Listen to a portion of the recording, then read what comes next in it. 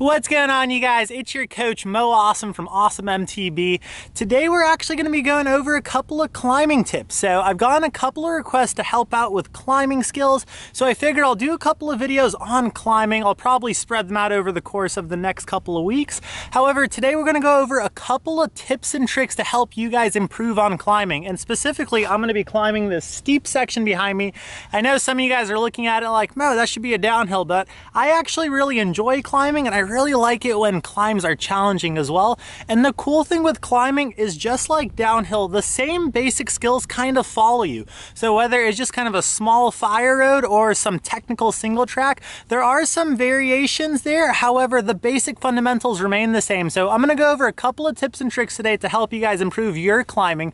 Before we get into this video, I just need to give a huge thank you to Hand Up Gloves for sponsoring this video series. So they've actually been sponsoring the Trail Tips series, and honestly, they've been amazing to work with. So be sure to check out their Instagram, their Facebook, or whatever they're using social media wise. I left a link to their website in the description of this video. If you use coupon code MOAWESOME18, you actually get 10% off your entire order. But even if you guys don't buy their gloves, just make sure to give them some love, because they are actually sponsoring this video series, which is super rad of them. So thank you, Hand Up Gloves, and let's get into the video.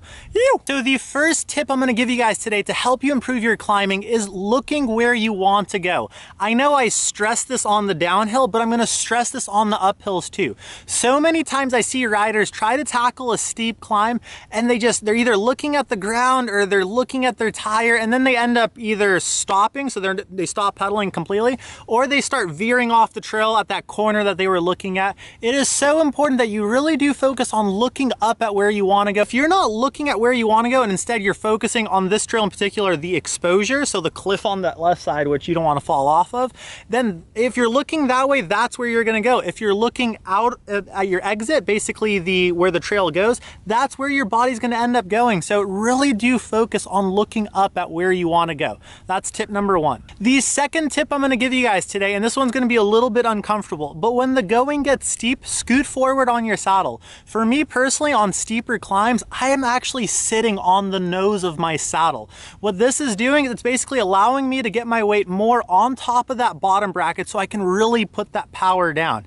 Now, this kind of goes hand in hand with your seat angle. So that's why if you've been hearing all this fuss about steep seat angles and you really don't understand what's the whole kind of thing to them, is that when you're pedaling, especially on steeper climbs, a steeper seat angle will actually put you more on top of that bottom bracket. So when I say scoot forward on your seat, that's basically what it's trying to do. It's trying to shift your body weight more on top of that bottom bracket so you can really put that power down, rather than feel like you're pedaling from behind the bottom bracket and really not being that efficient. So yeah, so sit on that nose of the saddle. I know it's uncomfortable, but you guys will thank me later. The third tip I'm going to give you guys is try to drop your elbows.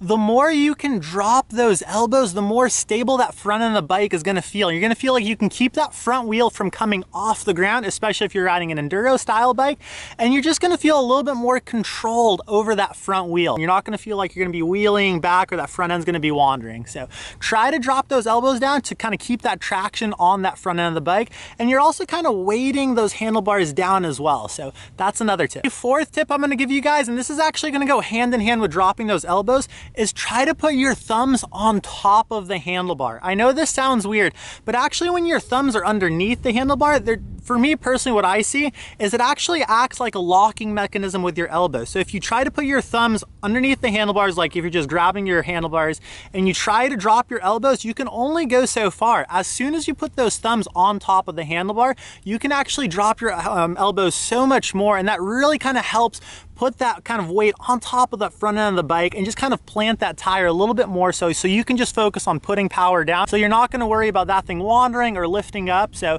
like I said, you're scooted forward, you've dropped your elbows, and that thumb on top of the handlebar is basically going to help you drop your elbows even more so. All right, so the fifth tip I'm going to give you guys today is going to be timing. So a couple of times I see some riders go just really fast out of the saddle in the beginning of the climb, not really kind of paying attention to how long the climb is and if they're going to need any more power at the end of the climb. So for me personally, I kind of like to scope out a climb and just kind of realize, hey, where can I kind of back off the pedals a little bit, save my heart rate, save that power, and then if I see a technical bit in a climb, that's normally where I'm going to put the power down. So basically reserve a little bit of that energy for when you actually need it.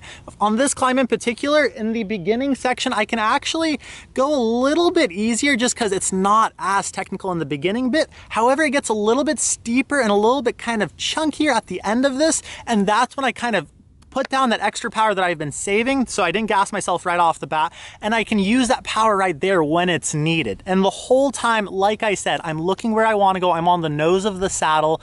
I've dropped my elbows, my thumbs are on top of my handlebars, and that's how I tackle steeper climbs like this. Another tip is on steeper climbs that are a little bit more technical, if you guys are struggling with those, try dropping that saddle about a ½ inch to an inch. This is going to lower you a little bit so you have a little bit more control of the bike. You don't feel so perched, and you're going to be able to kind of put down a little bit more power as well. So cool little, nice little trick that I like to use sometimes, especially if it's a more technical, steeper pitch of a climb. All right, and the final most important tip I'm going to give you guys today is don't get discouraged if you don't make a climb.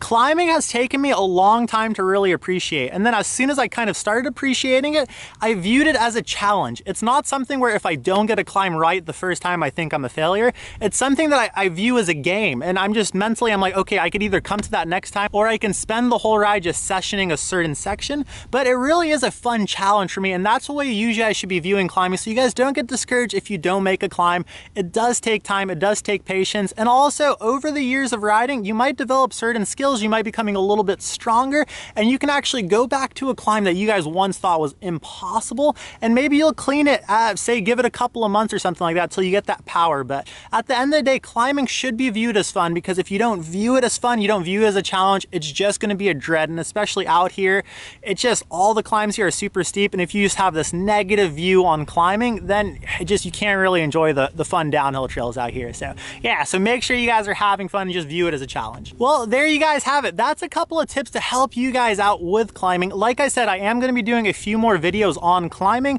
Climbing is such a broad topic, I couldn't cover everything in one video. Today I just want to give you guys a couple of tips and tricks just to improve your riding, so you can kind of get out there on the climbs, try these tricks out, see if they work.